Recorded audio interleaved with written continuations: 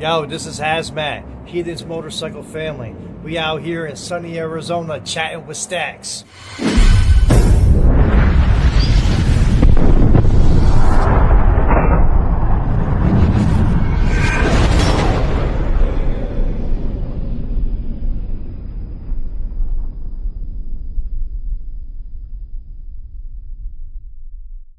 Welcome to this episode of Chatting with Staxx. I'm your host, Bill Staxx, and today I got Hazmat. Ever since then, like after I found out, she's like, "Hey, I'll get you this for your birthday. I'll do this," and she never ever followed through. So I had so much anger built up with that, and I just kind of just shoved it down in the gut and just never really talked about it.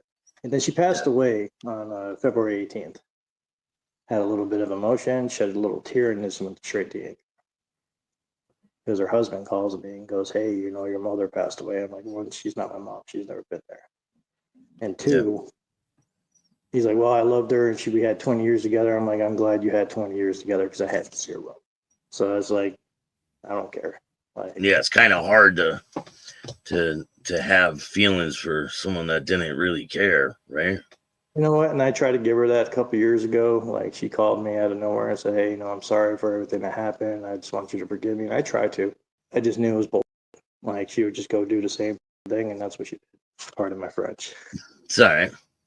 But that's what she did. So, like, she died with regret. That's it. Like, she It's didn't sad get some that. people go through that, you know?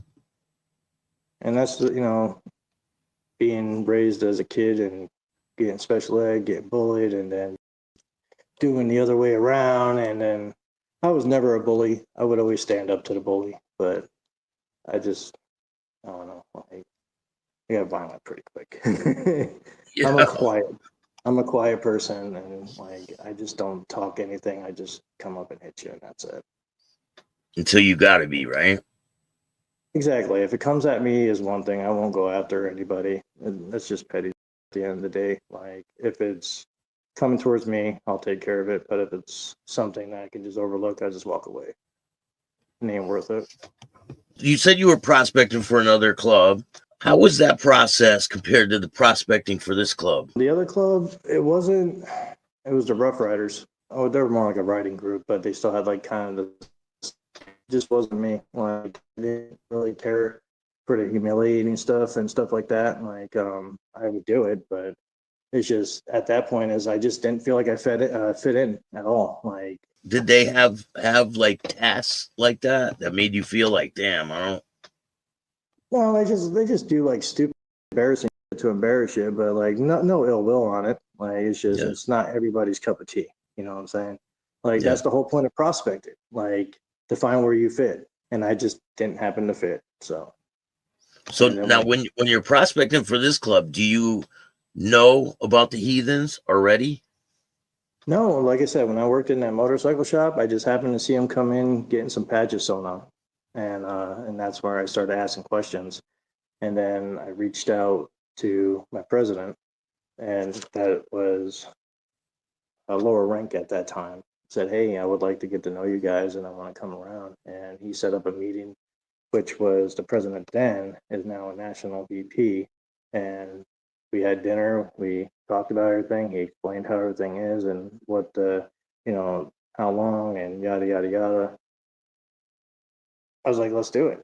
So I started hanging around, and it's my prospecting period is something that I'll never forget. And even as a member, I will always be a prospect. What was it like being a prospect for the Heathens?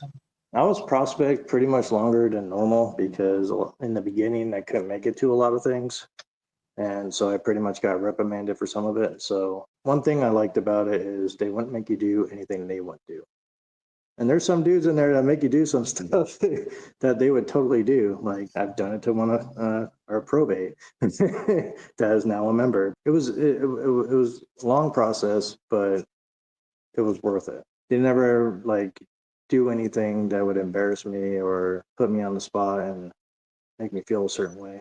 They always gave me 100% respect. So washing bikes, doing stuff, almost going into a whole member area to get French fries and a cheeseburger. Yeah, I've heard of that quite a bit. Go get me a hot soup or something from somewhere. we had, had the rules and stuff, and like I did everything they ever asked me to do. So it was a long process, but it was easy at times, and it wasn't easy. What Some was it things. like the day you got your patch, and what was that feeling like? Oh shit, man. I probably shedded a tear. Like it was very emotional because I know that I came so far, and I know for 100% that I earned it, and I got 100% vote. So at the end of the Did it day, come out of nowhere? Did you not know it was coming? And boom, here you go. we were on a national run, and I was just doing my prospect duties, and they had a meeting, and they called me back, and they're like, "What are you gonna do to get it?" And I had to wrestle mother, man. These dudes are big. Like, my brother, freaking mushmouth. That dude is like 5'8", but that dude, I'm 240 pounds, and he picked me up like a jelly bean. He slammed me out, and I'm just glad Storm didn't have to freaking do it because he had flip flops on. He didn't have his boots, so I'm just glad that didn't happen.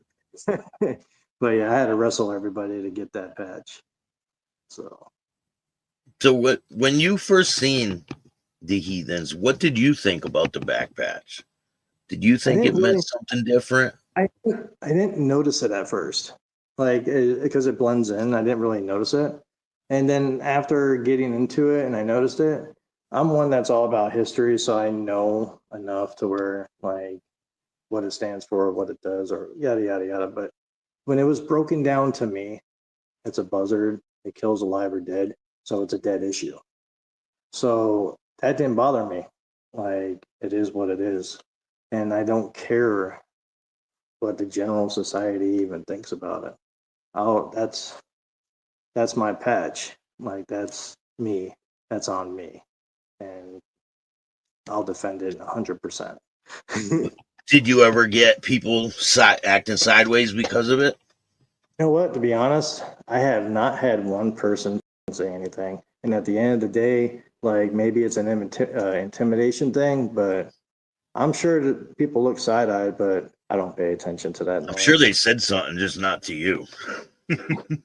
Yeah, definitely. Like, I'm sure like, we have gotten kicked out of some bars for it, but it's whatever.